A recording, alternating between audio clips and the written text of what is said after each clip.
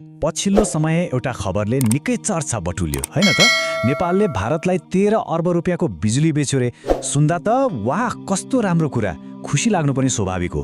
तर के यो साँच्चै उत्सव मनाउने बेला हो कि यो ठूलो आँकडा पछाडि अर्कै कुनै कथा लुकेको छ?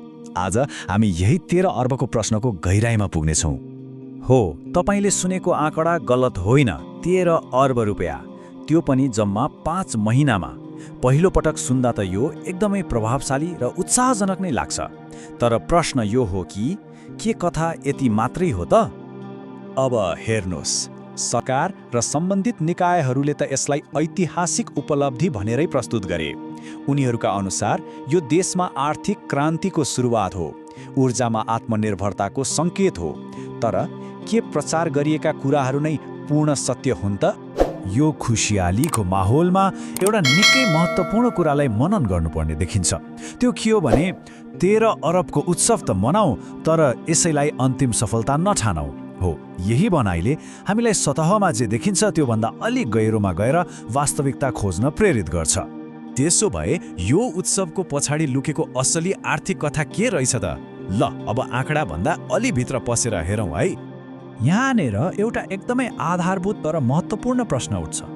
सस्तोमा बेच्ने अनि फेरि महँगोमा किन्ने, यो कस्तो खालको व्यापार हो? के साँच्चै हाम्रो व्यापार गर्ने तरिका यही हो? अनि यदि हो भने यसले देशलाई कसरी फाइदा पुग्छ होला? अब यो प्रश्नको उत्तर खोज्नको लागि हामीले मौसमी व्यापार वा सिजनल ट्रेडको कन्सेप्टलाई बुझ्नुपर्छ। नेपालको जलविद्युत उत्पादन र व्यापारको सबैभन्दा ठूलो वास्तविकता नै यही हो। ल, मौसमी व्यापार भनेको के हो त? एकदमै सरल भाषामा भन्दा यो यस्तो चलन हो जहाँ हामी बिजुली उत्पादन धेरै हुँदा म्हणजे बर्खामा सस्तोमा बिजुली बेच्छौँ, अनि जब उत्पादन घट्छ म्हणजे हिउँदमा त्यही बिजुली महँगोमा फिर्ता किन्छौँ। यो त ठ्याक्कै कस्तो भयो भने किसानले आफ्नो खेतमा धेरै गोलभेडा फल्दा सस्तोमा बेच्ने अनि पछि आफूलाई चाहिँदा बजारबाट महँगोमा किन्ने जस्तै। यो तालिकाले हाम्रो व्यापारको यो चक्रलाई छर्लङ्ग पार्छ। एकातिर बर्खामा हेरौँ, नदीहरू भरिभरा हुन्छन्, हामी विक्रेता हुन्छौँ, तर बिजुली बढी भएर मूल्य सस्तो पर्छ। अनि अर्कोतिर हिउँदको अवस्था हेरौँ, नदी सुक्छ, हामी किन्ने मान्छे बन्छौँ, अनि बिजुलीको अभावले गर्दा मूल्य आकाशिन्छ। देख्नुभयो नि कस्तो उल्टो चक्र छ? यसको सोझो अर्थ के हो भने हामीले जुन 13 अर्ब कमायौँ भनिरहेका छौँ त्यो त वास्तविक हो, तर त्यो खुद नाफा होइन। किनकि यो हिसाबमा हामीले हिउँदमा बिजुली किन्न खर्च गर्ने अर्बौंको महँगो लागत जोडिएकै छैन। मतलब एकातिर कमाए जस्तो देखिन्छ, अर्कोतिर त्योभन्दा बढी गुमाइरहेका पो छौ कि? ल, अब सबैभन्दा महत्त्वपूर्ण कुरामा आउँ, जुन हाम्रो हरेक विश्लेषणको केन्द्रमा हुन्छ। यसको असर आम नागरिकमा के पर्छ? मतलब यो अर्बौंको लेनदेनले हाम्रो दैनिक जीवनमा के फरक पार्छ त?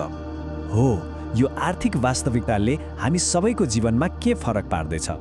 यो तथ्याङ्कको खेल मात्रै हो कि यसको असर हाम्रो भान्सासम्मै पुग्छ? आउनुहोस् एउटा तुलना हेरौँ। यो चार्टले हाम्रो देशको आर्थिक वास्तविकतालाई एकदमै स्पष्टसँग देखाउँछ।